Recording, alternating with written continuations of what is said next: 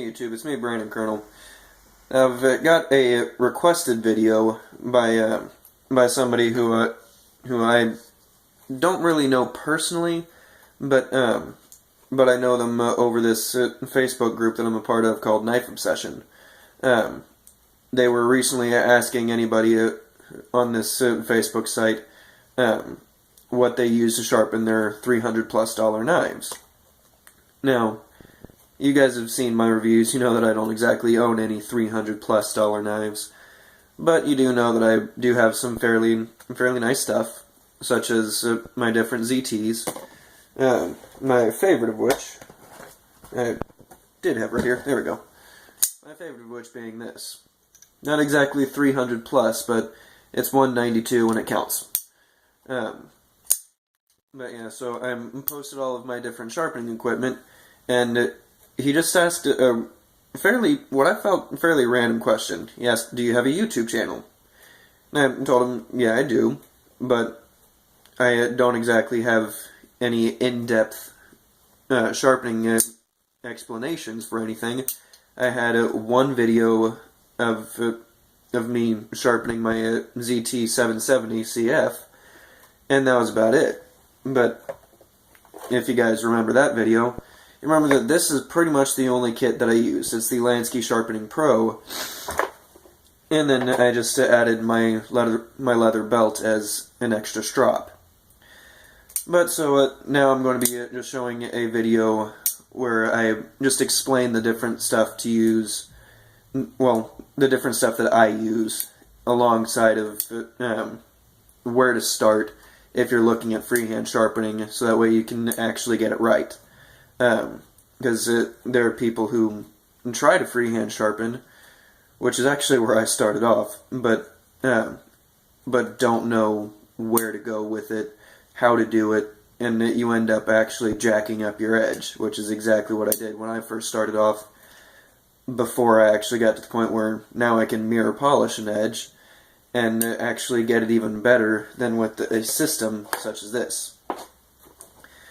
So, without further ado, let's just get right into it.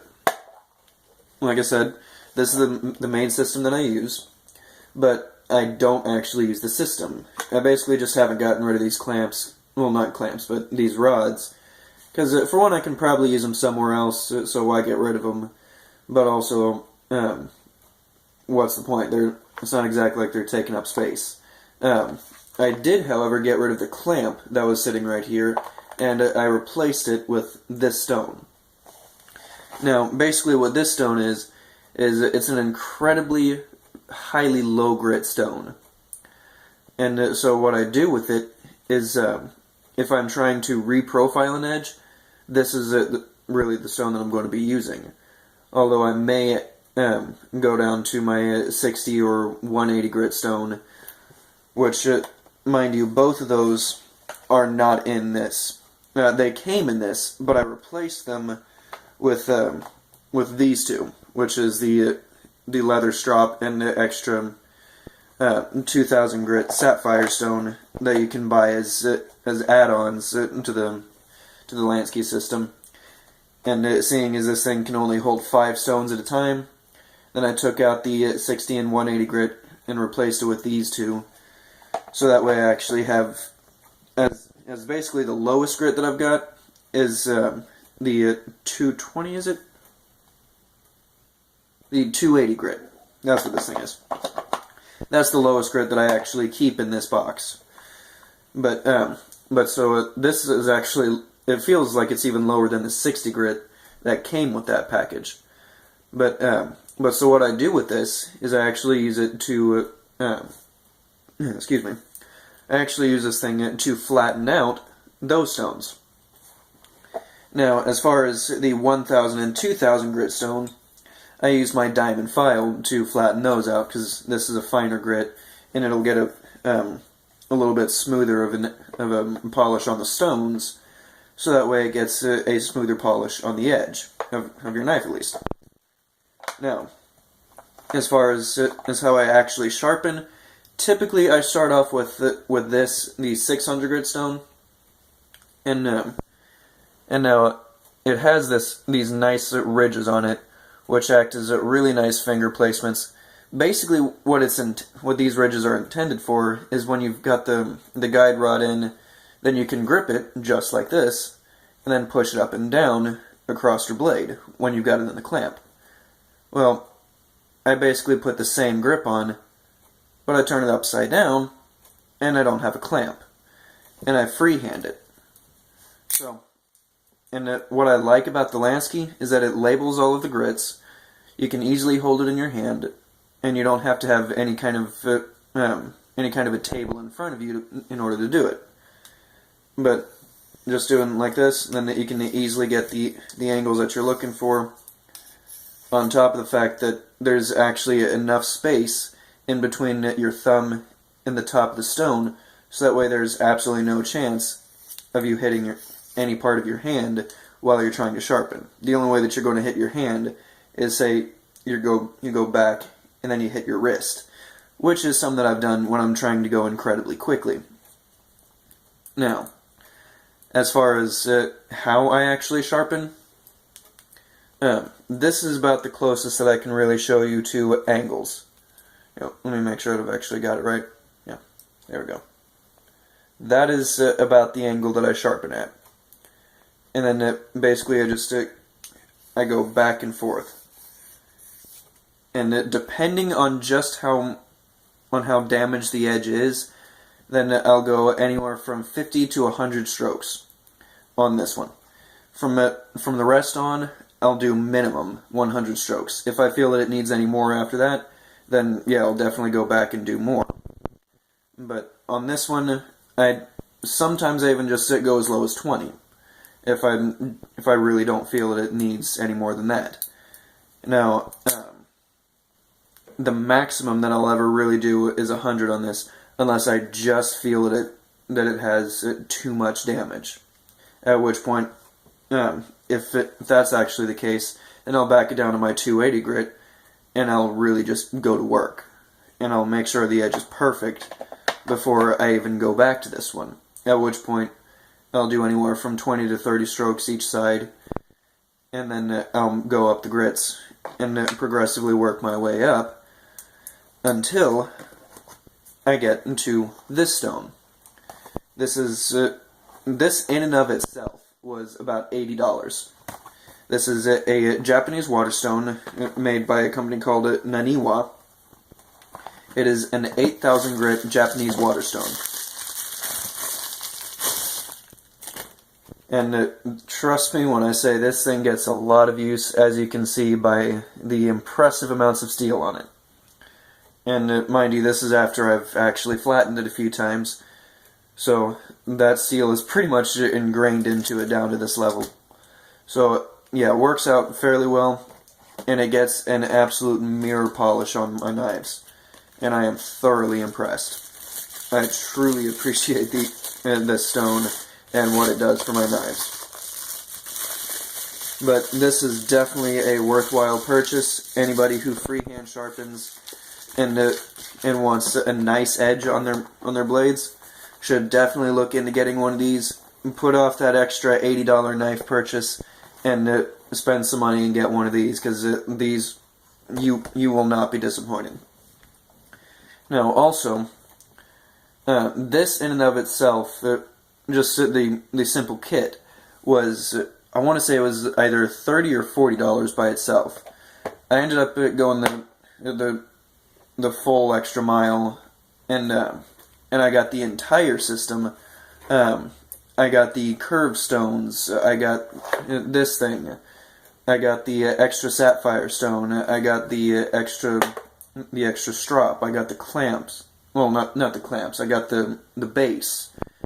I basically got virtually everything that you can possibly imagine for this kit, which the curved stones ended up being a major bust. They actually ended up destroying my recurves more than anything else, no matter what I did to them. So those were utter crap. They were a complete waste of $30. If anybody else has had any luck with them, good for you. I did not. Mine were utter crap. So, just a forewarning, don't get the curved stones. You're going to be wasting your money. At least that's my experience with them. But yeah, so I ended up spending about $115 total just on this kit. And I ended up just simply going with maybe $50 total of the entire kit that I actually bought. The base, that was about maybe $15 to $20 total that I don't even use anymore. The curved stones, don't use those anymore. I actually pitched those. So now I am down to solely what is in this kit, plus the extra 2 stones that came with the kit that I've got lying somewhere around here.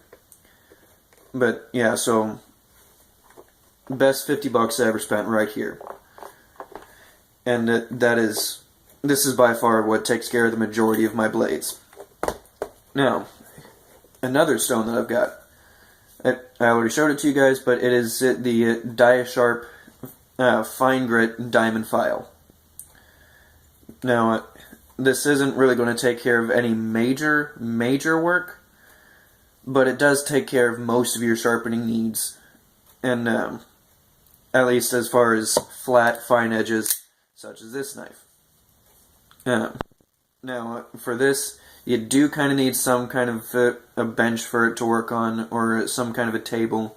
Basically, you need something to put this thing on flat, because doing it like this, it does work fairly okay, but I can just feel my hand shifting too much, and just the way that it is, I can feel the thing shifting, even when my hand isn't shifting. Just where you put pressure on it, I can feel it moving. So, you definitely want something to put it on, and with the rubber bumpers on the bottom, it doesn't move anywhere. So yeah, definitely put something underneath of it. This is what I really started off on, and this was the first actual sharpening stone that I ever got. Which, when I first started off with this thing, I really knew nothing about sharpening whatsoever. Had no clue how to get a proper edge. Had no clue how to get a consistent edge. All that I knew was this thing could sharpen a knife. And I didn't really care for the pull-through sharpeners anymore, because I wanted to do it myself. So, and the information that I was going off of was actually that you need 45 degrees per side, which equals out to a 90-degree edge. So I'm basically looking at, what, a door frame to cut something with? That's really not exactly what I'm looking for to put on a knife. But yet that was the information that I was given. And oddly enough, that information actually came from a place that was very akin to Boy Scouts. It's called Royal Rangers. It's pretty much the Christian-based version of Boy Scouts that's run through the Assemblies of God churches. That's actually where I found out the 45 degrees per side notion, which since then I have told them that is completely wrong. You need to update that. And at the very least, the outpost that I was a part of has updated their information. Don't quite know about the entire Royal Ranger program, though. But yeah, so, and also since then, I have found that this is way too high of a grit in order to properly do anything with it. This is not going to cut very well as far as true sharpening goes. This is more going to polish than put a true keen edge on it, as far as start to finish. Now, one of the things that I truly learned to put a great edge on with was actually this. This is the Lansky Turnstile box. Now, for those of you that know about this thing, basically it's got different types of ceramic rods in here, and then you put it in here, and it works just like the Spyderco Sharp Maker. Basically, you take your knife and just run it down like this. and then it'll get a fairly decent edge. Now, what I do is, basically for starters, this is what I used to learn my angles. Basically what I did is I put the knife right here, and then I started looking at it like, okay, so that's the edge that I should be getting to, because this is what gets a knife sharp. And so then I started going to my stones, and I was like, okay, so that looks about right. So that's where I need to be. And then I started watching other sharpening videos where they were saying, listen to the sound. So I was like, okay, so this is the angle that I need to have it at. Okay, so that's the sound I'm looking for. And so then when I was going on my backstroke to get the other side, I was like, okay, that's the same sound. That's the sound I need to go for in order to make a consistent edge. And so it was really thanks to this thing where I truly became proficient at sharpening, because this is what gave me my initial edge, so to speak, with as far as angles go. And the results speak for themselves. This thing is fairly sharp. And this is fairly thick cardboard for what it is. So this is fairly sharp. The edges speak for themselves. But yeah, so what I do now, however, is I still freehand with these.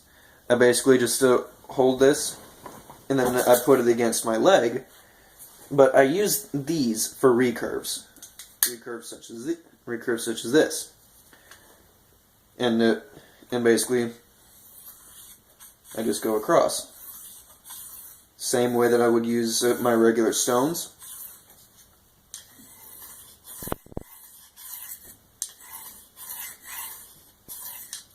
But yeah, that's basically what I do with these. These are solely for freehand sharpening for me with recurves, because recurves take a different kind of approach.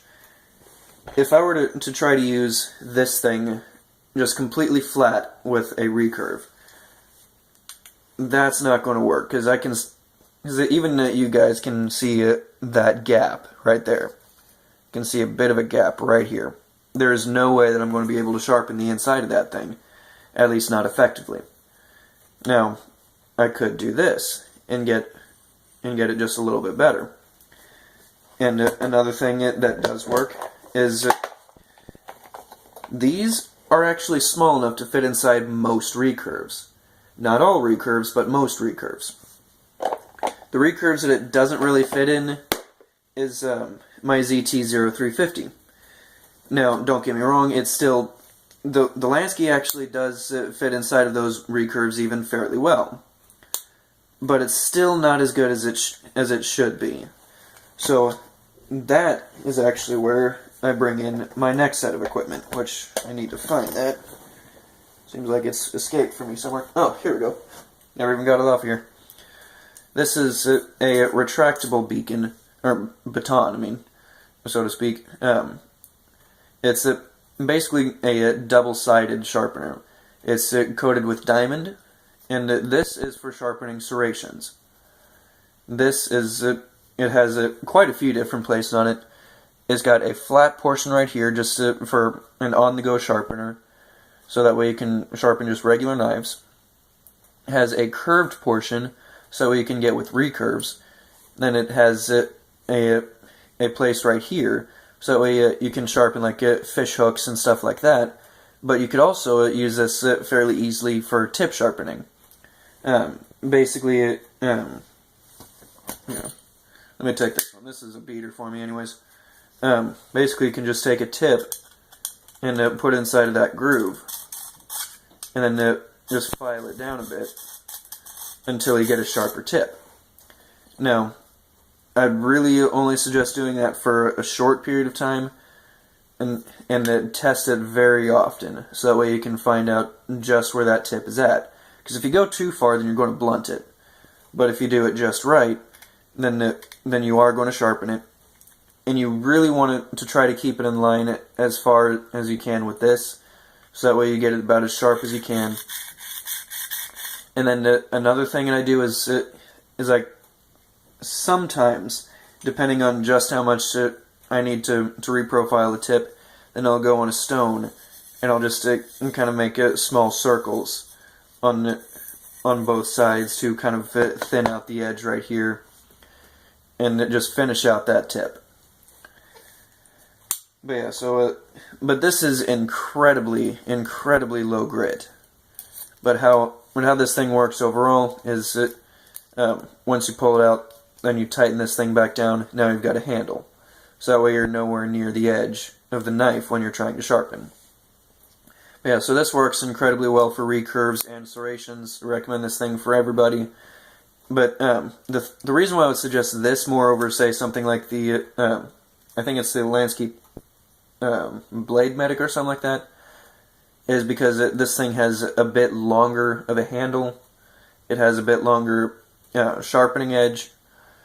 So to me, this just works out a little bit better.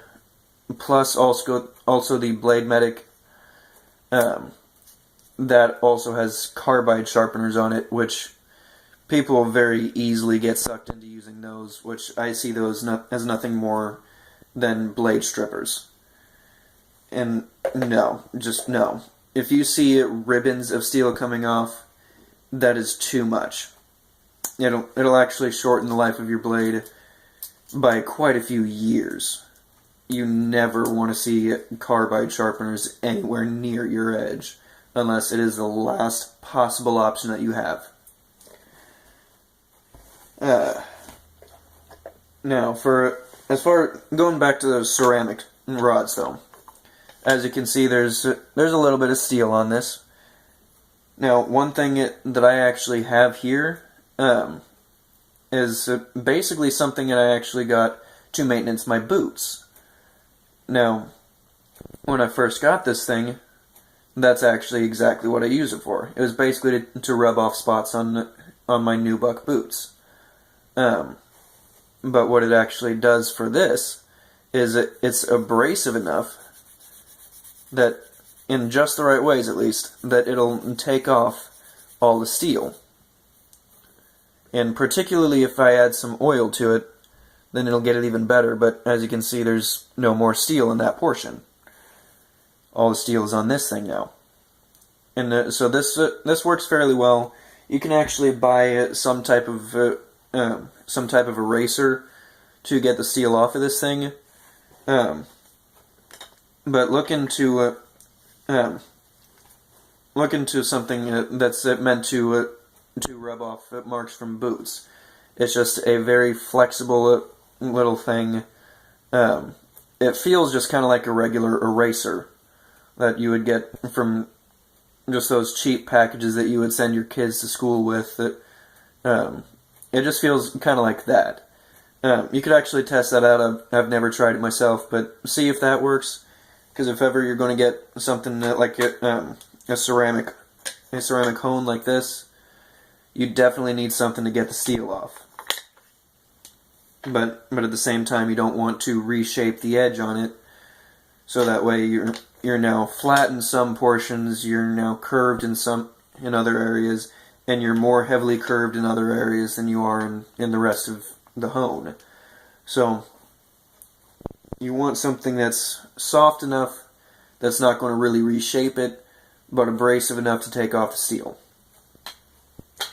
So that's pretty much all the equipment that I've got here.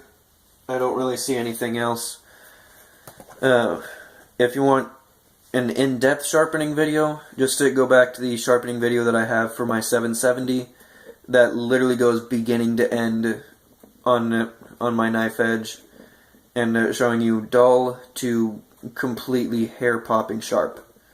Other than that, this is basically just showing the different equipment that I have and where to start off. So yeah, just to find something like this. This was about maybe 20 bucks, I think. And this will show you basically the angles that you should go at to start off with. And let me find that knife again. Basically just go down a few times and then find, okay, so this is the angle that I need to hold it at. Go pick up your stone, look at it, and then compare. Okay, this is the angle I need to hold it at. Okay, so that's the sound that I'm looking for, and you should have the same sound going from the heel of the blade all the way to the tip of the blade. So just keep those things in mind, and you guys will be sharpening in no time. As always, YouTube, stay safe.